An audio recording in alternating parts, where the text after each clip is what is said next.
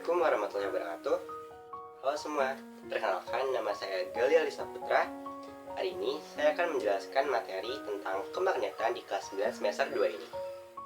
Saya akan menjawab pertanyaan yang diberikan oleh Ibu Ferianti dari materi kemagnetan. Pertama, apa yang dimaksud dengan magnet? Magnet adalah benda yang memiliki kemampuan tarik-menarik dengan benda yang lainnya. Kedua, jelaskan bagian-bagian magnet dengan gambar. Kutub magnet adalah bagian dari magnet yang memiliki gaya tarik paling besar di antara bagian magnet lainnya, seperti kutub utara dan kutub selatan. Sumbu magnet. Sumbu magnet adalah bagian yang berupa garis pada magnet yang digunakan untuk menghubungkan kutub utara dan kutub selatan pada magnet. Magnet elementer.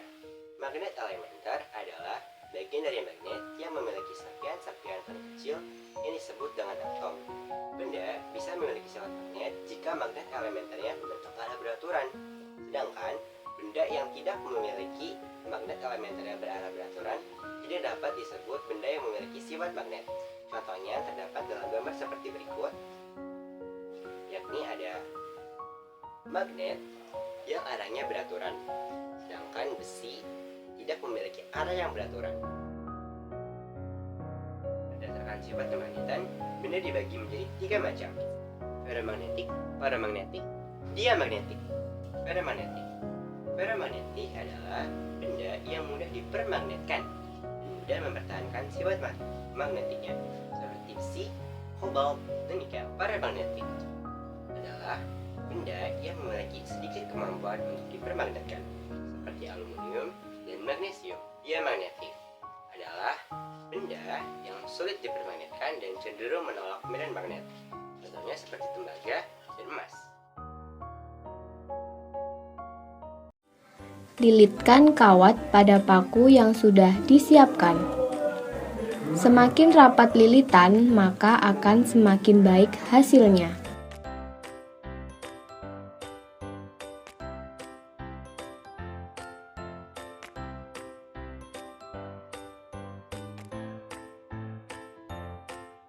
Jika kawat sudah selesai dililitkan di paku, selanjutnya tempelkan ujung-ujung kawat di masing-masing ujung baterai.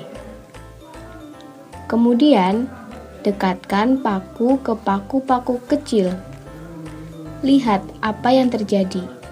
Paku kecil akan tertarik oleh paku besar yang dililiti kawat. Dekatkan magnet pada ujung paku besar.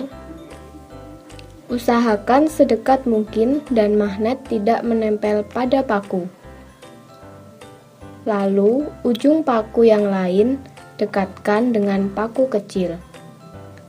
Maka, paku-paku kecil tersebut akan tertarik. Gosokkan ujung magnet pada paku besar atau bahan yang terbuat dari besi dan baja secara satu arah secara berulang-ulang dari ujung satu ke ujung lainnya. Perlu diingat, penggosokan magnet terhadap paku harus searah. Agar sifat kemagnetan pada paku bisa bertahan lama, maka penggosokan dilakukan dengan waktu yang lama. Setelah dirasa cukup, dekatkan paku besar tadi ke paku-paku kecil. Lalu, lihat apa yang terjadi. Paku kecil tersebut akan tertarik oleh paku besar yang sudah menjadi magnet.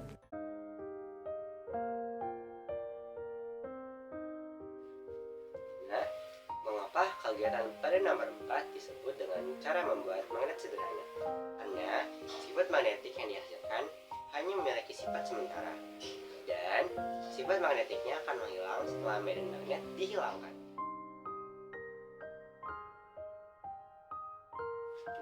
Apa yang dimaksud dengan menghilangkan sifat kemagnetan? Menghilangkan sifat kemagnetan berarti mengurangi atau menghapus sifat kemagnetan dari suatu benda.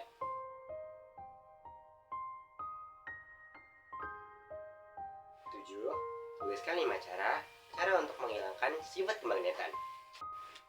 A. Pemanasan berlebihan. B. Menghantam benda dengan keras. C. Paparan medan magnet eksternal yang berlawanan. D. Mengubah struktur kristal benda. E. Paparan suhu tinggi dalam atmosfer yang kurang oksigen. 8. Dalam lingkunganmu, benda magnet apa yang paling besar yang ada di sekitarmu?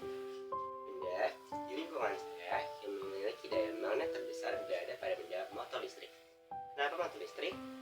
Karena prinsip kerjanya bergantung pada interaksi medan magnet yang dihasilkan oleh magnet dan arus listrik yang mengalir pada kumparan kawah di dalam motor. 9. Jelaskan tentang kemagnetan bumi. Kemagnetan bumi merujuk kepada sifat bumi yang memiliki magnet terbesar.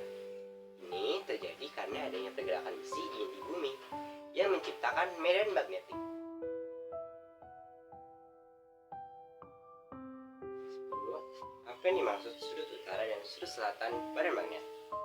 Sudut utara atau selatan magnet bumi merujuk pada garis di mana medan magnet bumi menyentuh permukaan bumi.